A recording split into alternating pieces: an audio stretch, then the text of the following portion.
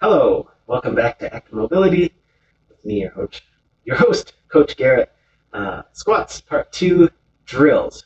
The first thing I want you to think about for strengthening your squats is trying to have a more robust practice of squatting. So let's say you are a power lifter and you mostly do your squats in a wide stance with a bar on your back, and you're mostly just going down to just past parallel and back up.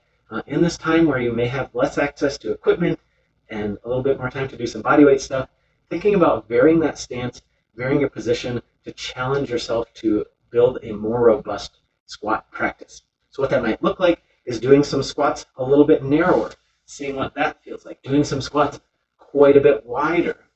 Even if you're doing a workout that just calls for squats, you can still add in some of these. From that more sort of general purpose stance, you could try having your toes out a little bit more. That's going to make you sort of chase with those hip stabilizers a little bit more, that balanced foot. You might have your feet forward or toes turned in slightly even. For these variations, you'll want to start slowly.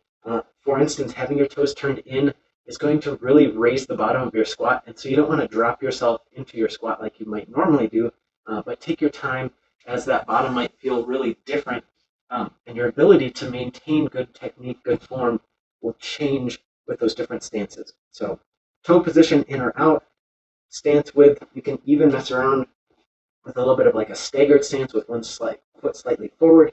Just note that you want to still focus on those points of form, weight balance in the feet, pelvic and low back neutral, and loading the hips first before you squat. All right, that will help you build a more robust squat practice. And again, check the details of the video. I'll have some notes for how to apply these drills and some ideas for how many of these types of things you might want to do. The second drill is thinking about going from the top of your squat, that brace position, into what I call the ready position, or just getting started in your squat. So if we're getting braced, I'm setting my feet, I'm activating my glutes, screwing my feet into the floor. I'm going to brace through the front of my body, getting my pelvis neutral, and I'm going to try to hold this brace. From here, getting into that ready position is just two movements, but they have to happen in this order. I'm going to hinge at the hips first, setting my hips slightly back, hinging just at the hips, not at the low back. And then I'm going to start pressing my knees out slightly, tracking the knees towards the middle of the foot or towards the pinky toe. From there, I'm just going to squeeze back up. So hips back, knees out is a way to think about it. Just practicing that top of the squat, bracing, loading the hips and hamstrings first, posterior chain first, and then pressing the knees out second. In practice, when you get more fluid in a squat, everything's going to sort of happen at once, and you're still going to be able to load that posterior chain, but breaking it down can just help you identify if you're doing it, how to do it well, and then build more fluidity in the movement from there. The other thing we want to think about with that is we might start from a brace position, and then we might do our ready position drill, or even do a full squat. And then as we come all the way back up, we might press our hips really far forward to reset, getting ourselves out of that neutral position and going past and sort of hanging on the hamstrings and hanging on the hip flexors. So we'll try to avoid that in this drill as well.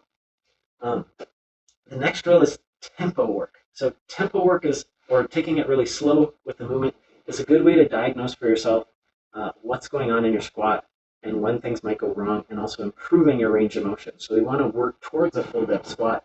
We'll talk more about mobility in the next video, but a tempo variation can help you identify when things might go wrong. So let's say you're able to set yourself up at the top, and then you squat, and somehow by the time you get to the bottom, your low back is a little bit rounded, and then you come back up and things are fine again. Well, I might notice if I slow that down that I start by actually reaching my hips back, flexing at or extending through the low back, and then when I get about halfway down, my tailbone tucks under, and I do the nefarious butt wink at the bottom, and I come back up the other way. Well, if you slow that down, that might help you notice that. Same thing with a valgus collapse. You might be fine through the first half of your squat, and if you're going slowly, you'll notice, oh, my knees start to pull in right about here. So I have to think about being a little bit more focused as I get towards the bottom of the squat.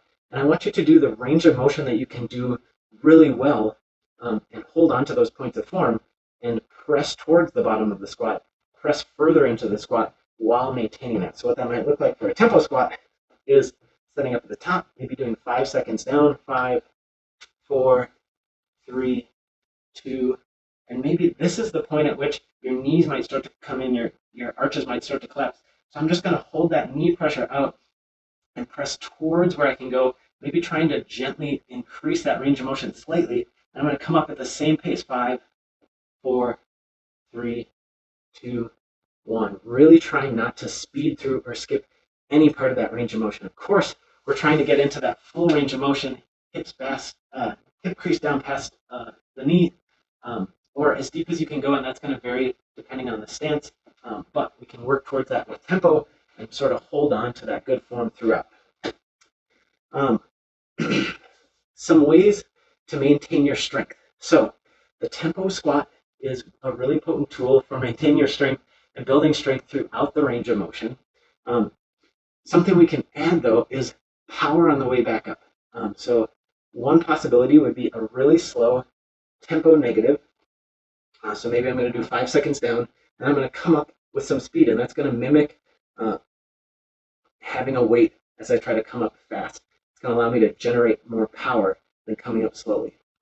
While that tempo negative is going to improve my strength and control throughout the range of motion. So it would look like this. 5, 4, 3, 2, 1, and then you could also add a jump to that.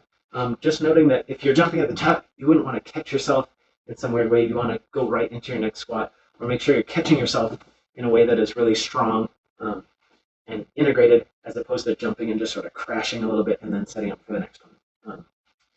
I'll do one more. So 5 on the way down. 5, 4, 3, 2, 1. You might incorporate a hold and then generating power, maybe even up to a jump at the top. And finally, the rep scheme that I think is going to help you maintain some strength while not being able to access heavy weights. Of course, you could have a child on your back, you could have a backpack full of something, maybe you have some dumbbells to do a front squat or a back squat with.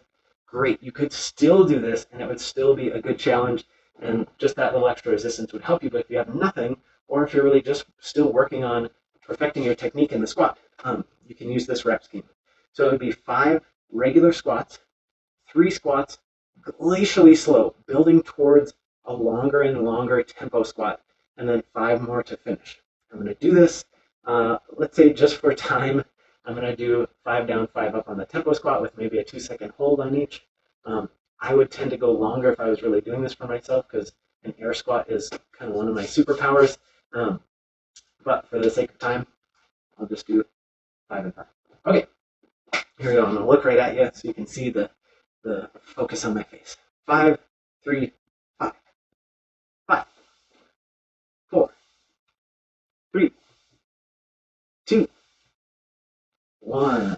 I'm going to do 3 very slow. 5, 4, 3, 2, 1, 2, 1, 5, 4, 3, 2, 1. Another one. 5, 4, 3, 2, 1, 2, 1, 5, 4, 3, 2, 1. Last one. 5, 4, 3, 2, 1, 2, 1, and up for 5, 4, 3, 2, 1. Finishing with 5.